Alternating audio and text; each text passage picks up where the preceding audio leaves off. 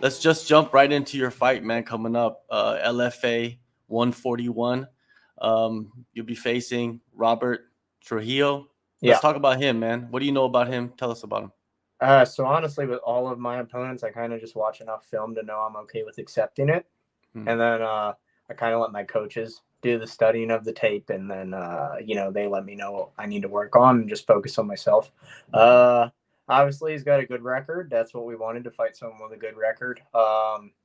And he's scrappy. He comes to fight, he brings it. It's gonna, bringing out the best of me. I feel really excited, but I think that I'll pack the speed advantage, and hopefully, I think I'm technically better. And if we want to outgrit it, I'm pretty gritty too if we need to be. But we haven't seen that yet in my pro career, at least. So um, we'll see. It's should be a good one, but I think hopefully I get the stoppage. If not, let's grind out a decision. But I like to get stoppages. You don't get paid extra to be in there, for longer periods of time. So Exactly. Exactly. You do not get paid, for your time. You get it's not paid like to we get finish. paid that much anyways. But you know, rather Exactly. get it You're quicker. exactly right. Yeah, you gotta get out there and get it over with as quick as possible. With the approach of not watching too much film, is that something that you've always done with your career? Is that something that the team does? Well, more recently, like, I've always just watched enough to, what do you call it?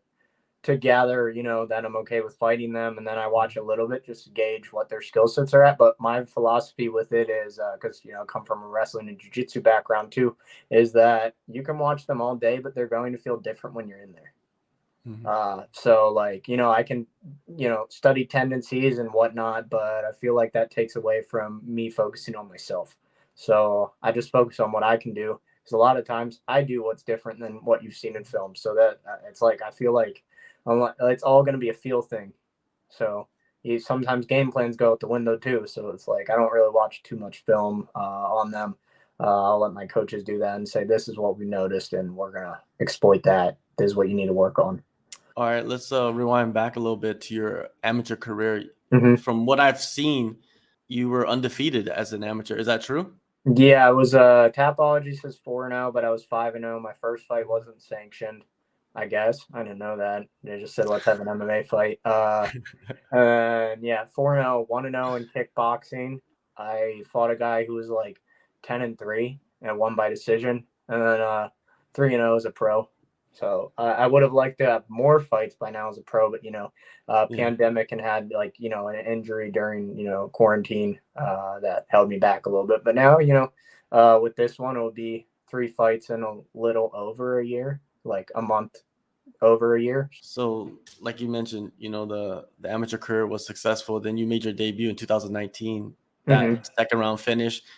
Then the pandemic hit, which nobody expected. Like you said, you had an injury. The pandemic is shutting everything down. It must have been a hard time for you. Well, yeah, it sucked. Like, I was ready so I was supposed to fight on CFFC in September of 2020. So that would Mhm. have almost been a year layoff. Because, well, actually, I was supposed to fight in March of 2020. World shuts down literally right after I had a couple people message me earlier that day about tickets. They're like, do you think that are they going to cancel the show because of COVID? And I was like, I don't know, but I'm kind of worried it might. Then we had, fight team sparring. And then right afterwards, they closed everything. So didn't have that. Then got a fight signed with the management because I figured they make life a little bit easier. Supposed to fight on CFFC, get injured. And then when I'm ready to come back, they just aren't finding me fights. So then I found a fight myself on the Facebook forum. That was my second fight in August of 2021. Mhm. So You came back and you didn't miss a stride, man. You back to back first round finishes. The last fight, anything you didn't like about that performance? which one? The last one, the guillotine choke. Um, no, I my the owner of my gym was mad at me because I took mount probably 30 seconds in, and I'm good at arm bars. So I went for the arm bar with that. Like, I got a little overzealous and like gave up the position and it went up and he escaped. But I took him down right away. Like I was in on his legs within half a second. and then took him down again. No, I was happy with that. My plan was to be in really good shape and kind of cook them and make them break. I didn't expect to make them break that quickly. And then, the submission came. And as I talked on another podcast, I said, I don't plan for finishes. I just take what they give me. So that's another thing is I could watch all the film I want. It's not going to show me the finish, Like, I don't know if that makes sense. With camp, man, where have you been splitting your time to prepare for this guy? So my strength and conditioning coach, his name's Nick Ehrlich. I go there on Monday and Wednesday mornings. And then my main gym is at Ground Control. We're out of Pulaski Highway. And then we also have a Ground Control Owens Mills. So most of my training's at Ground Control Rosedale in Maryland. And then on Fridays, we have our fight team practice, which is like a gritty, hard practice. Like I've been to some of the super teams, you could say, and like this practice is as hard as anything I've been in. And then on the 28th, I'm heading out to Denver to go train an elevation fight team again, acclimate to the altitude, but I acclimate pretty quickly. I went there for my last fight for a week because, can't afford to take off too long. And second day I was there, we did 8 5-minute rounds of sparring. I did all 8 and felt good. Any other like cross training you've been doing the past couple of years, that have allowed you to, have some growth as an athlete? Well, this morning I went to an open mat at Baltimore BJJ, which is a local gym close to us. But I've been to Sanford MMA and I've been to Elevation Fight Team as far as big gyms go. I'm friends with like Aung Nsang, you know him? Yeah, for sure. Yeah. Yeah. So he invited me to come, try out Sanford. So I went there. But I felt a better vibe personally at Elevation Fight Team because Cody Donovan, who owns High Altitude MMA, where they run a lot of the practice at, he's good friends with the owner of my gym. So like they let me, come train. So I think like when hopefully I make it to one championship, I'd be able to split my camps, like do 4 weeks here, 4 weeks, at Elevation. Something along the lines of that. Right now I get a week or 2. I'm going to be away for 2 weeks for this one, but yeah, I'm going to be splitting at Elevation to finish the camp. You mentioned Aung and you just mentioned one championship. Is that something that you look at? You look at the international market? That's the goal. I've been, I wasn't sure if I was going to be a pro fighter when I started training at 13, but Aung was always a big inspiration for me. And when I saw him signed to one, I paid a lot of attention because I paid attention to his whole career since I've known him since I was 13.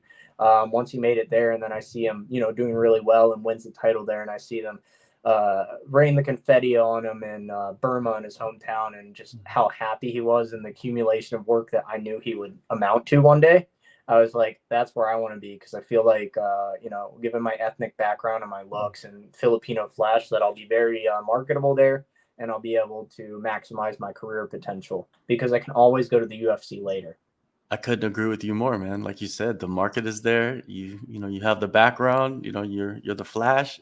What else, do you need, right? You just need to build your record a little bit. That's pretty much it, right? At this point. That's all they're telling me in my I'm signed with the Iridium Sports Agency, and that's they want me to fight a guy like I'm fighting now, show good showing in that, and who knows, they think maybe this one or 5-0, and I should be good to go.